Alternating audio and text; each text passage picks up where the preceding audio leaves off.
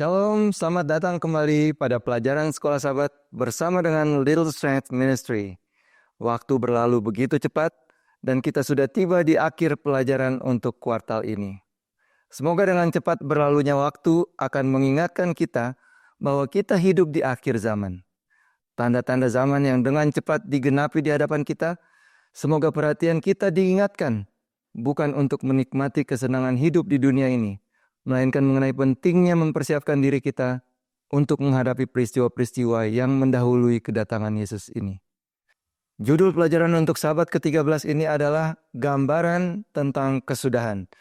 Seperti biasanya sebelum kita masuk ke dalam materi pelajaran kita, mari kita sama-sama berdoa untuk mengundang Roh Suci untuk mengajar kita, menerangi hati kita. Mari kita berdoa.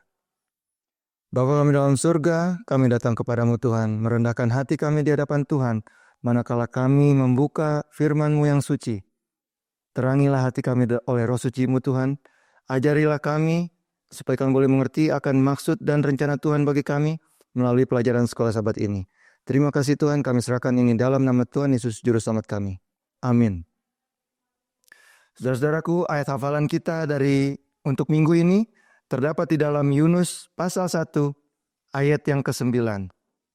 Sahutnya kepada mereka, "Aku seorang Ibrani, aku takut akan Tuhan, Allah yang empunya langit, yang telah menjadikan lautan dan daratan." Di sini Yunus mengatakan bahwa dia adalah seorang yang takut akan Tuhan. Tapi mengapa pelajaran hari Minggu berbicara mengenai Yunus sebagai nabi yang enggan? Apa maksudnya di sini? Mari kita lihat pelajaran hari Minggu, kita masuk ke dalam pelajaran hari Minggu dengan judul Nabi yang Enggan. Dan sebagai konteks, mari kita lihat dalam buku Yunus pasal 1 ayat 1 dan 2. Datanglah firman Tuhan kepada Yunus bin Amitai demikian. Bangunlah, pergilah ke Niniwe, kota yang besar itu. Berserulah terhadap mereka, karena kejahatannya telah sampai kepadaku. Di sini Yunus diperintahkan Tuhan untuk pergi ke Niniwe, memberikan amaran kepada orang Niniwe untuk bertobat. Kalau tidak bertobat, penghakiman Tuhan akan diturunkan atas Niniwe. Dan apakah Yunus melakukan perintah Tuhan tersebut?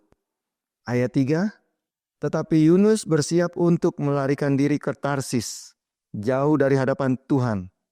Ia pergi ke Yafo dan mendapat di sana sebuah kapal yang akan berangkat ke Tarsis. Ia membayar biaya perjalanannya, lalu naik kapal itu untuk berlayar bersama-sama dengan mereka ke Tarsis, jauh dari hadapan Tuhan. Bukannya melakukan perintah Tuhan untuk pergi ke Niniwe, mengamarkan penduduk di sana, tetapi Yunus malah pergi ke Tarsis, jauh dari Tuhan. Setelah mengalami pengalaman kapal yang hampir tenggelam, dilemparkan ke laut dan masuk ke perut ikan, Yunus akhirnya pergi ke Niniwe dan memberitakan mengenai penghakiman Tuhan di sana. Dan kemudian orang-orang Niniwe bertobat. Kita lihat di dalam Yunus pasal 3. Mulai dari ayat 6. Setelah sampai kabar itu kepada raja kota Niniwe, turunlah ia dari singgasananya, ditanggalkannya jubahnya, diselubungkannya kain kabung, lalu duduklah ia di abu. Lalu atas perintah raja dan para pembesarnya, orang memaklumkan dan mengatakan di Niniwe demikian. Manusia dan ternak, lembu sapi dan kambing domba tidak boleh makan apa-apa, tidak boleh makan rumput dan tidak boleh minum air. Haruslah semuanya, manusia dan ternak, berselubung kain kabung dan berseru dengan keras kepada Allah, serta haruslah masing-masing berbalik dari tingkah lakunya yang jahat dan dari kekerasan yang dilakukannya. Ketika Allah melihat perbuatan mereka itu, yakni bagaimana mereka berbalik dari tingkah lakunya yang jahat, maka menyesallah Allah karena malapetaka yang telah dirancangkannya terhadap mereka, dan ia pun tidak jadi melakukannya. Allah tidak jadi melakukan penghakiman di Niniwe oleh karena orang-orang Niniwe bertobat. Di sini kita bisa melihat bahwa amaran diberikan supaya orang bertobat. Kalau orang tidak bertobat dari kejahatannya, maka Tuhan akan menjatuhkan penghakiman atas orang ataupun bangsa itu. Tetapi kalau orang bertobat, berarti tujuan amaran diberikan sudah tercapai. Di mana tujuan Tuhan adalah supaya manusia bertobat dan meninggalkan kejahatannya. Tetapi Yunus kesal karena Tuhan tidak jadi menghukum Niniwe. Yunus kesal karena penduduk Niniwe bertobat. Dan ternyata itulah alasan kenapa ia melarikan diri ke Tarsis. Dalam Yunus 4 kita bisa baca, tetapi hal itu sangat mengesalkan hati Yunus, lalu marahlah ia. Dan berdoalah ia kepada Tuhan, katanya, "Ya Tuhan, bukankah telah kukatakan itu ketika aku masih di negeriku? Itulah sebabnya maka aku dahulu melarikan diri ke Tarsis, sebab aku tahu bahwa Engkaulah Allah yang pengasih dan penyayang, yang panjang sabar dan berlimpah kasih setia serta yang menyesal karena malapetaka yang hendak didatangkannya. Jadi sekarang ya Tuhan, cabutlah kiranya nyawaku, karena lebih baik aku mati daripada hidup." Yunus meminta Tuhan mengambil nyawanya karena Tuhan tidak jadi menjatuhkan hukuman atas Niniwe. Kalau kita lihat di sini, kekesalan Yunus adalah karena reputasinya rusak. Karena dia mengamarkan akan terjadi penghakiman, tapi ternyata penghakiman tidak jadi diturunkan. Yunus lebih peduli pada reputasinya daripada pada keselamatan orang-orang di Niniwe. Saudara-saudara, segala sesuatu yang kita lakukan bagi Tuhan, baik itu penurutan ataupun usaha-usaha penginjilan, kalau tidak didasari oleh kasih kepada sesama, kasih kepada Allah, maka semuanya itu adalah sia-sia. Itulah yang dikatakan Alkitab di dalam 1 Korintus pasal 13. Hati-hati kalau kita menginjil bukan atas dasar kasih, dan bukan karena kita tidak mau melihat orang binasa, tetapi karena motif yang lain-lain. 1 Korintus 13, Alkitab berkata, "Sekalipun aku dapat berkata-kata dengan semua bahasa manusia dan bahasa malaikat, tetapi jika aku tidak mempunyai kasih, aku sama dengan gong yang berkumandang dan canang yang gemerincing. Sekalipun aku mempunyai karunia untuk bernubuat, dan aku mengetahui segala rahasia dan memiliki seluruh pengetahuan, dan sekalipun aku memiliki iman yang sempurna untuk memindahkan gunung, tetapi jika aku tidak mempunyai kasih, aku sama sekali tidak berguna. Dan sekalipun aku membagi-bagikan segala sesuatu yang ada padaku, bahkan menyerahkan tubuhku untuk dibakar, tetapi jika aku tidak mempunyai kasih, sedikit pun tidak ada faedahnya bagiku." Inilah yang harus menjadi motif bagi orang dalam melakukan segala sesuatu bagi Kristus, yaitu oleh karena kita mengasihi, baik mengasihi sesama kita manusia dan juga karena kita mengasihi Kristus. Untuk siapa darahnya telah dicurahkan. Kita lihat juga di dalam 2 Korintus 5 ayat 14 bagian A. "Sebab kasih Kristus yang menguasai kami." Jadi kembali lagi, kasih adalah yang harus menjadi motif bagi setiap perbuatan kita. Kasih ini juga yang merupakan dasar pemerintahan Tuhan. Apapun yang kita lakukan, meskipun kita mengatasnamakan pekerjaan Tuhan, kita lakukan untuk Tuhan. Tapi kalau motifnya bukan karena kasih, semuanya sia-sia.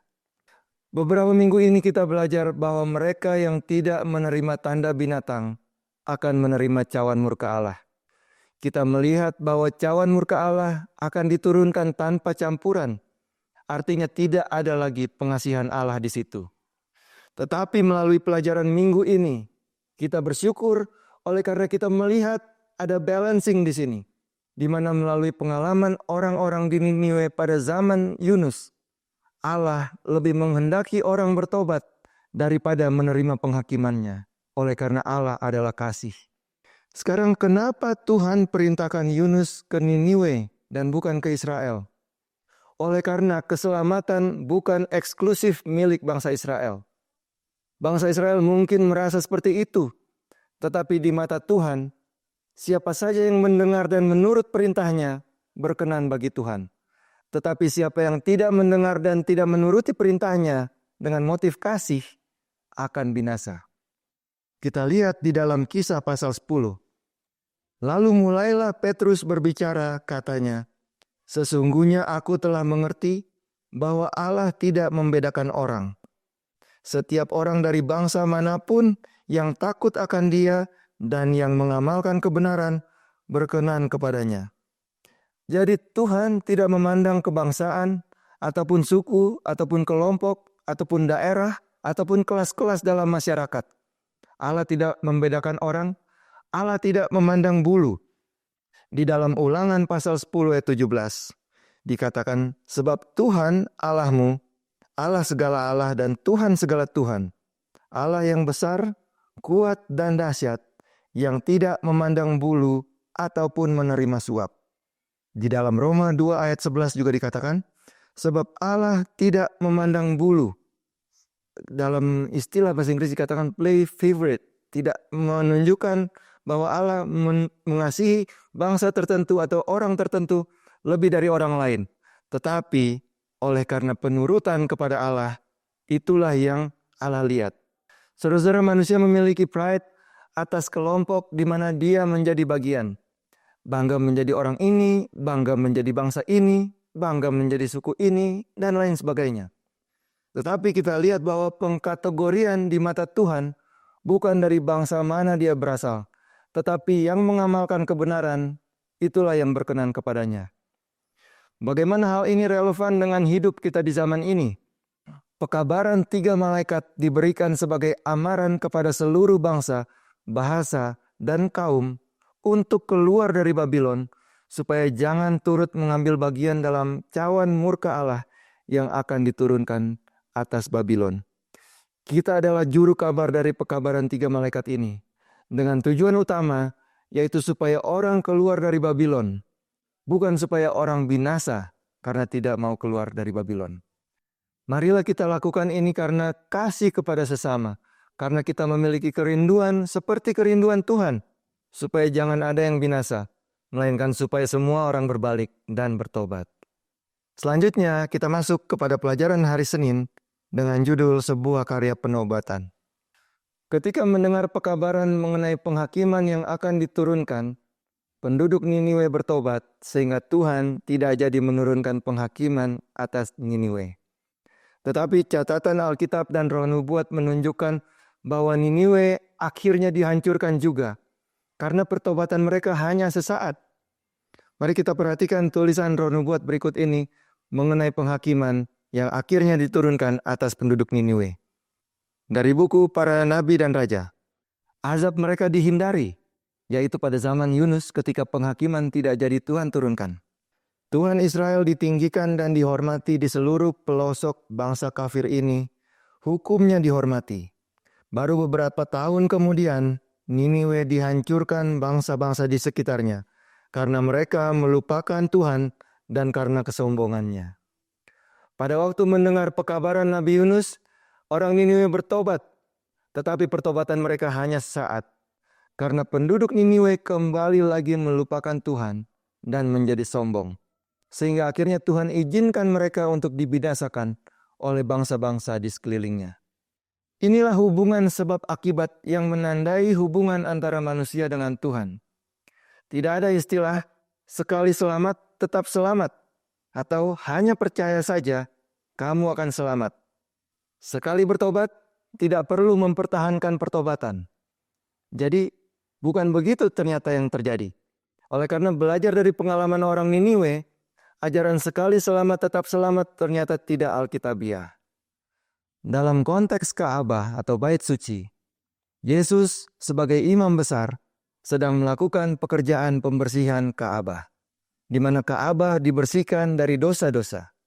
Dan ketika seseorang bertobat dan meminta ampun atas dosanya, orang tersebut akan diampuni dan ia tidak akan dibinasakan. Tetapi kalau orang itu berdosa lagi, dia harus meminta pengampunan lagi dan bertobat lagi dari dosanya. Masalahnya orang tidak bisa terus-menerus berdosa, minta ampun. Berdosa, minta ampun. Tuhan Yesus akan segera mengakhiri pekerjaannya di bilik yang maha suci, yaitu membersihkan Ka'bah, di mana dosa-dosa yang dilakukan setelah Yesus selesai melakukan pekerjaannya ini tidak akan lagi diampuni.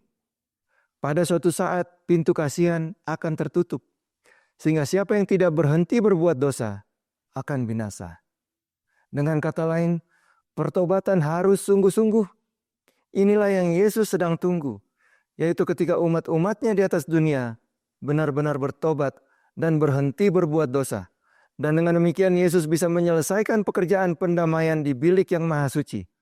Dan ia akan datang untuk menjemput umatnya. Itulah pelajaran kita untuk hari Senin. Selanjutnya kita lihat pelajaran hari Selasa, yaitu pesta Belshazzar.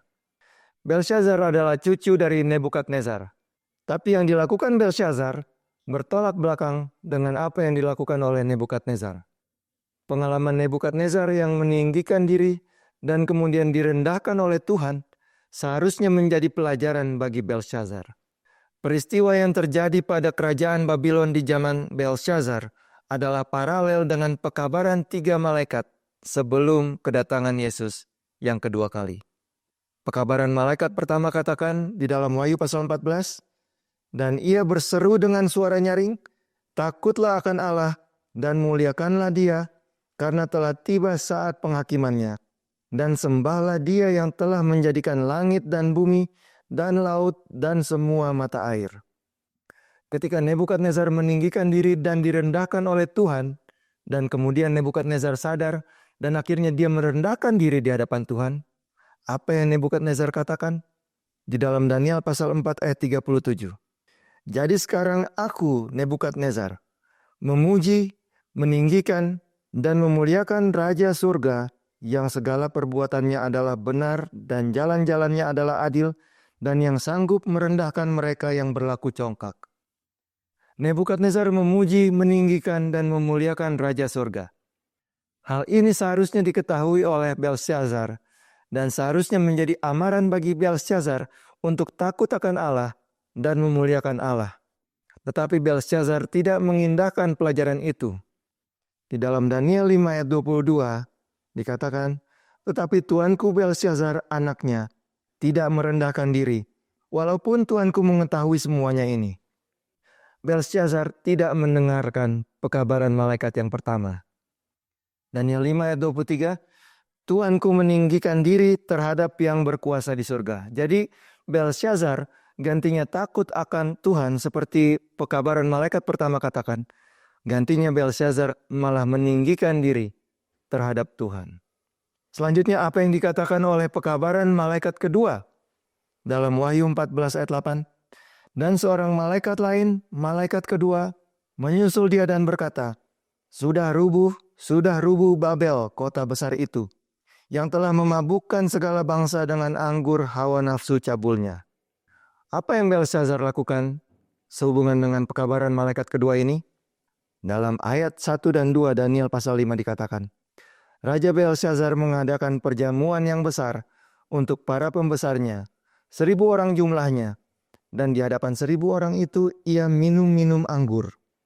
Dan dalam kemabukan anggur, Belshazzar menitahkan orang membawa perkakas dari emas dan perak yang telah diambil oleh Nebukadnezar ayahnya dari dalam bait suci di Yerusalem, supaya raja dan para pembesarnya, para istri dan para gundik mereka minum dari perkakas itu. Perkakas-perkakas bait suci yang kudus dan diasingkan untuk upacara-upacara bait suci yang kudus tidak diperlakukan dengan kekudusan oleh Belshazzar. Dalam kemabukan, orang tidak bisa membedakan hal-hal yang kudus dan yang tidak kudus. Yeskiel 22 ayat 26 katakan, imam-imamnya memperkosa hukum Tauratku dan menajiskan hal-hal yang kudus bagiku. Mereka tidak membedakan antara yang kudus dengan yang tidak kudus, tidak mengajarkan perbedaan yang najis dengan yang tahir. Mereka menutup mata terhadap hari-hari Sabatku. Demikianlah aku dinajiskan di tengah-tengah mereka. Hari yang Tuhan telah asingkan dan kuduskan, dianggap tidak kudus. Semua hari sama, yang penting beribadah pada Tuhan. Tidak demikian halnya. Hal itu sama saja dengan tidak beribadah kepada Tuhan. Itulah yang Raja Belshazzar dan orang-orang di Babylon lakukan dalam keadaan mabuk, sehingga mereka tidak merendahkan diri di hadapan Allah. Sehingga dengan demikian mereka tidak beribadah kepada Allah, oleh karena mereka beribadah kepada dewa-dewa mereka. Daniel 5 ayat 4, mereka minum anggur dan memuji-muji dewa-dewa dari emas dan perak, tembaga, besi, kayu, dan batu. Ketika orang tidak mengindahkan pekabaran malaikat pertama untuk takut akan Tuhan dan menyembah Tuhan, maka orang akan mabuk. Mabuk dengan ajaran-ajaran palsu yang tidak alkitabiah, sehingga orang tidak bisa membedakan mana yang kudus, mana yang tidak kudus. Dengan demikian orang tidak bisa menyembah Tuhan, tetapi gantinya akan menyembah objek yang lain. Apa yang terjadi ketika orang tidak beribadah kepada Tuhan, tetapi malah menyembah kepada objek yang lain? Pekabaran malaikat ketiga dalam Wahyu 14 mengatakan, jikalau seorang menyembah binatang dan patungnya, dan menerima tanda pada dahinya atau pada tangannya, maka ia akan minum dari anggur murka Allah yang disediakan tanpa campuran dalam cawan murkanya, dan ia akan disiksa dengan api dan belerang di depan mata malaikat-malaikat kudus dan di depan mata Anak Domba. Saudara-saudara, ini yang terjadi pada kerajaan Babylon di zaman Belshazzar, di mana pada malam itu juga Babylon menerima penghakiman yang akan kita lihat dalam pelajaran hari Rabu. Pelajaran hari Rabu dengan judul Pengeringan Sungai Efrat. Sungai Efrat adalah sungai yang mengalir di Babylon. Dalam Daniel pasal 5 diceritakan bagaimana orang-orang Babylon di bawah Belshazzar mengadakan pesta dan mereka makan, minum, dan mereka mabuk anggur. Di malam di mana mereka berpesta dan mabuk, pasukan Media dan Persia di bawah pemerintahan Koresh mengalahkan kerajaan Babylon, sehingga genaplah nubuatan di dalam Daniel pasal 2. Daniel 2 ayat 39. Tetapi sesudah Tuanku, yaitu Babylon, akan muncul suatu kerajaan lain yang kurang besar dari kerajaan Tuanku. Tetapi kita bertanya, bagaimana pasukan Media dan Persia mengalahkan Babylon? Babylon adalah sebuah kota yang dikelilingi oleh tembok yang tinggi dan tebal yang tidak bisa ditembus. Kalaupun mereka dikepung dari luar, mereka memiliki persediaan makanan yang cukup untuk 20 tahun. Menurut hitung-hitungan manusia, mereka memiliki semua alasan untuk merasa aman. Tetapi ketika secara manusia mereka merasa aman, di situ terletak bahayanya. Tuhan telah katakan bahwa akan muncul kerajaan lain sesudah Babylon. Dan kalau Tuhan sudah berfirman, siapa yang bisa membatalkan? Sungai Efrat yang mengalir di Babylon memegang peran penting bagi perekonomian dan pertanian di Babylon. Sungai inilah yang menyediakan pengairan untuk pertanian dan menyediakan sarana transportasi untuk perdagangan.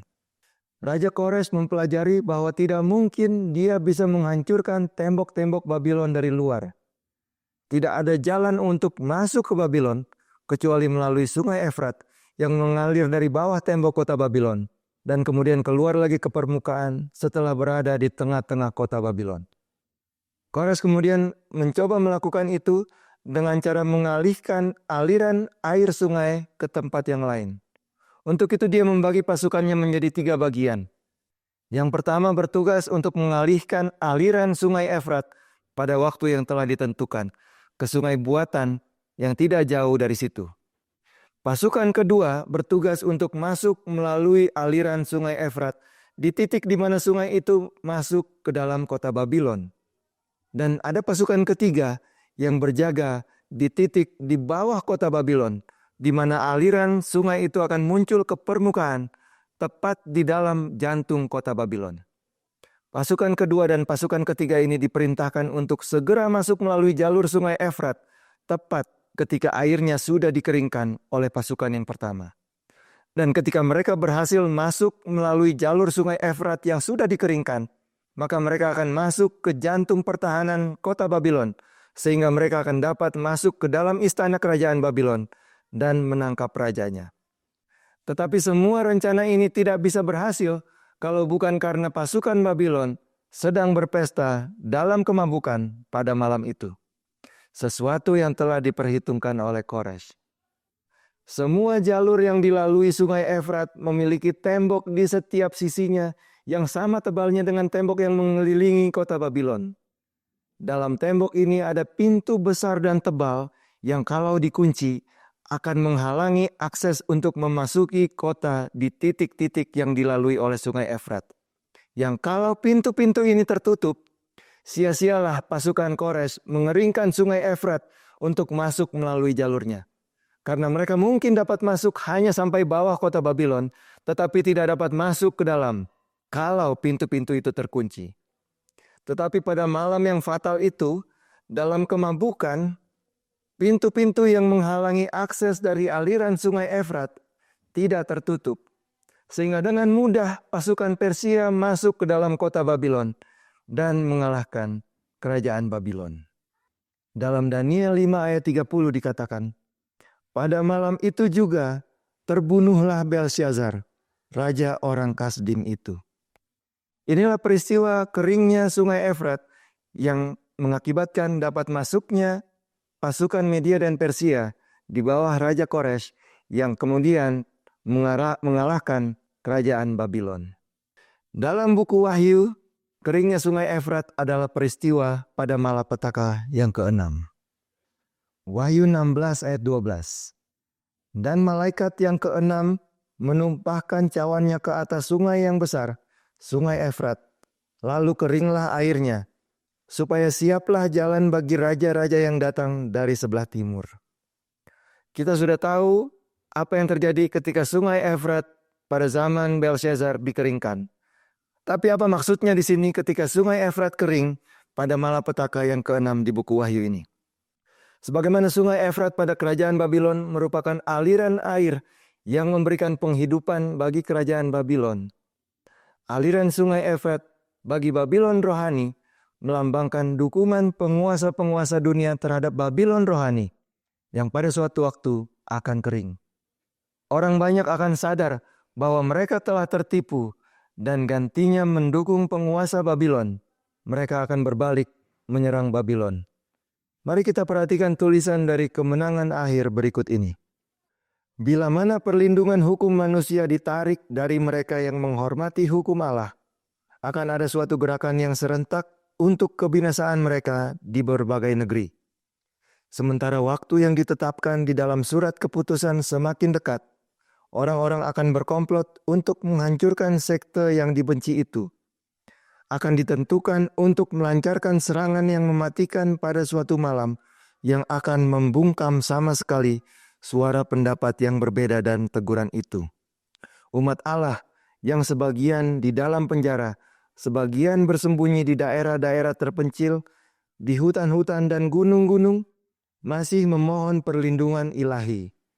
Sementara di markas pasukan-pasukan bersenjata yang didorong oleh malaikat-malaikat jahat, sedang dipersiapkan pelaksanaan pembunuhan.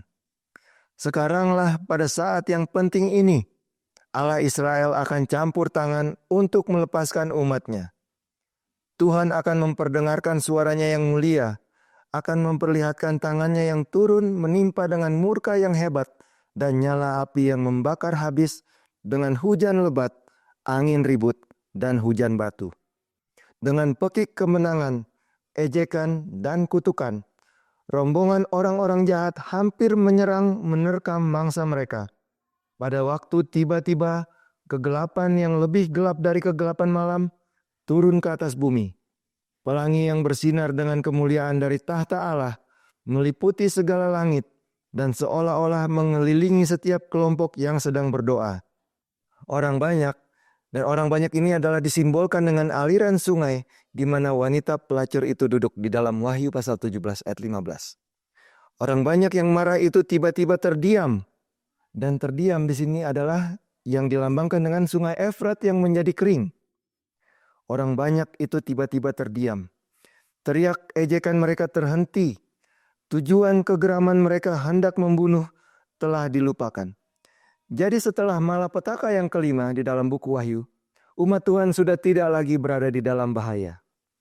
Dengan penuh rasa takut mereka memandang lambang perjanjian Allah dan ingin agar terlindung dari cahayanya yang luar biasa itu.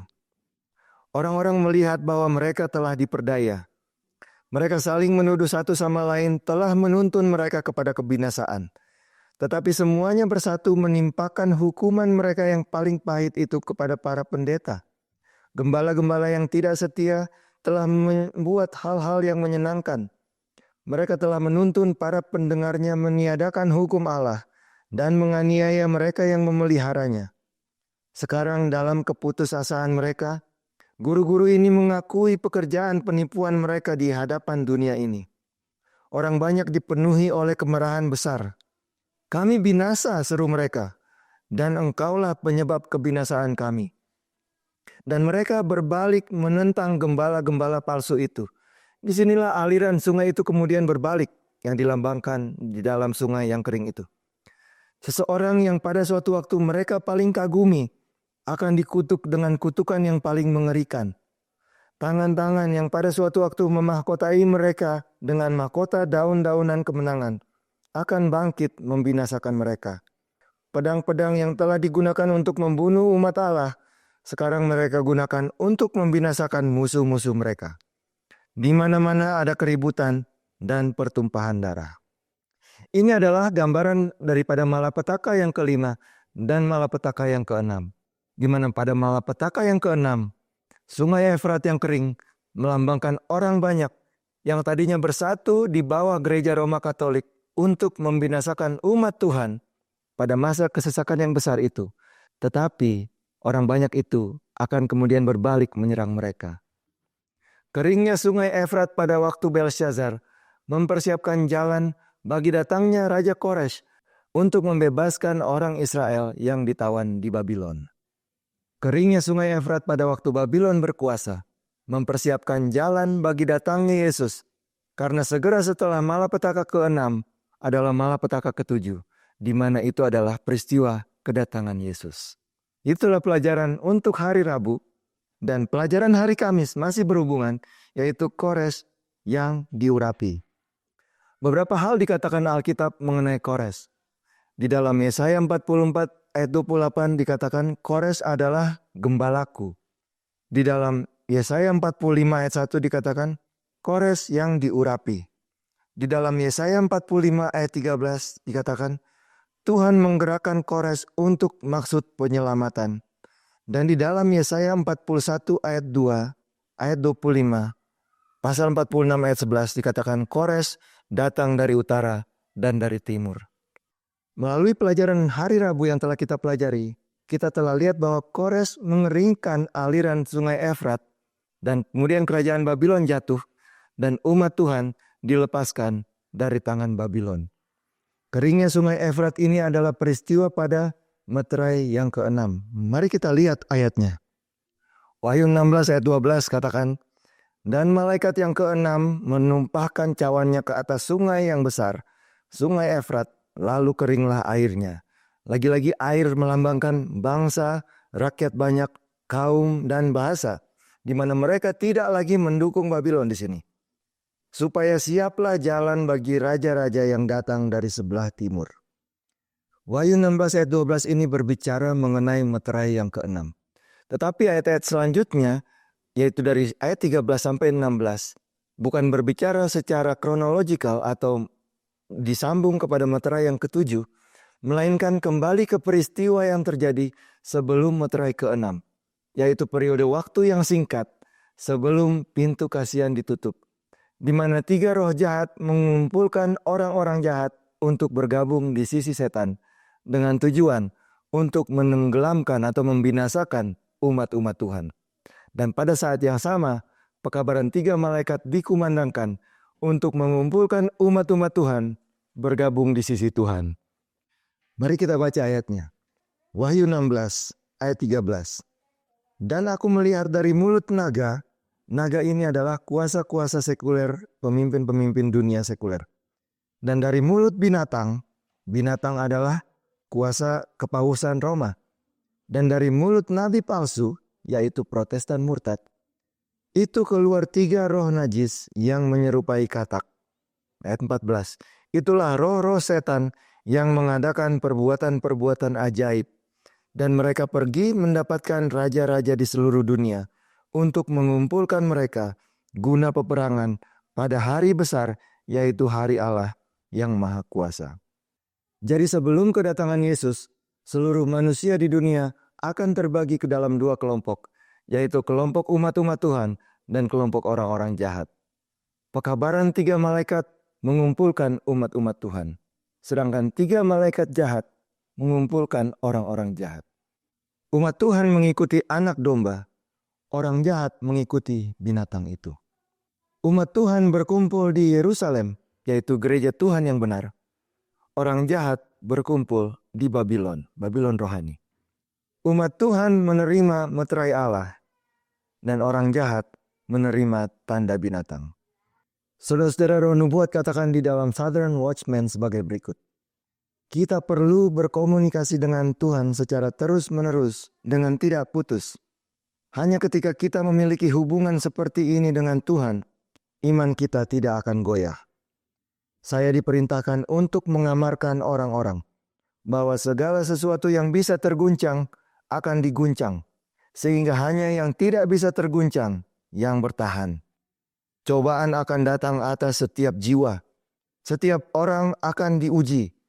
Mereka yang berjuang untuk mempertahankan imannya akan mendapati bahwa mereka harus berdoa dan berjaga. Saudara-saudara, kalau sekarang lalang dan gandum masih tumbuh bersama-sama, keadaan tidak akan selamanya demikian. Kalau sekarang kita masih suam-suam kuku, di mana satu kaki di gereja, satu kaki yang lain ada di dunia. Tetapi kita akan dibawa untuk menentukan pilihan. Di dalam peperangan iman ini, di mana sesungguhnya kita berada. Di dalam Christ Object Lesson, Roh Nubuat katakan, apabila buah itu sudah cukup masak, orang itu segera menyabit, sebab musim menuai sudah tiba. Kristus sedang menunggu dengan amat rindu bagi pembuktian dirinya dalam jemaatnya. Bila tabiat Kristus diperlihatkan dengan sempurna dalam umatnya, barulah ia akan datang untuk menerima mereka sebagai miliknya. Saudara-saudaraku, Kristus dan segenap surga sedang menantikan bagi Anda dan saya untuk meninggalkan semua kejahatan kita dan dosa-dosa kita yang selama ini memisahkan kita dari Sang Juru Selamat. Untuk mengenakan karakter Kristus melalui pembaharuan hidup kita. Dan ketika karakter Kristus terbentuk dalam hidup kita, dikatakan segera Kristus akan datang untuk membebaskan kita dari Babylon rohani dan membawa kita ke tanah perjanjian. Inilah pelajaran kita untuk minggu ini. Semoga kita terberkati dan semoga kita akan meneguhkan pilihan kita untuk berada di pihak Tuhan dalam pertentangan besar ini. Mari kita berdoa. Tuhan Bapa kami yang bersemayam dalam surga, sungguh kami bersyukur Tuhan atas firman Tuhan yang masih dengan bebas boleh kami pelajari dan boleh kami buka dan pelajari dan dengarkan. Bapa dalam surga, terima kasih telah menunjukkan kepada kami akan hal-hal yang sedang terjadi dan yang akan terjadi di zaman ketika kami hidup ya Tuhan. Bapa dalam surga, kiranya Tuhan memberkati kami semua dan juga orang-orang yang menyaksikan pelajaran ini. Tuhan meneguhkan kami semua, meneguhkan iman kami ya Tuhan. Di dalam perjuangan iman kami, biarlah kami semua boleh didapati sebagai pemenang-pemenang yang akan mewarisi kerajaan surga. Bapa dalam surga, berkati kami semua. Teguhkan kami ya Tuhan. Terima kasih Tuhan sudah mendengarkan doa kami. Dalam nama Tuhan Yesus kami berdoa. Amin. Saudara-saudara, terima kasih sudah belajar bersama dengan kami. Kita akan berjumpa lagi pada pelajaran kuartal yang baru di minggu yang akan datang. Tuhan memberkati.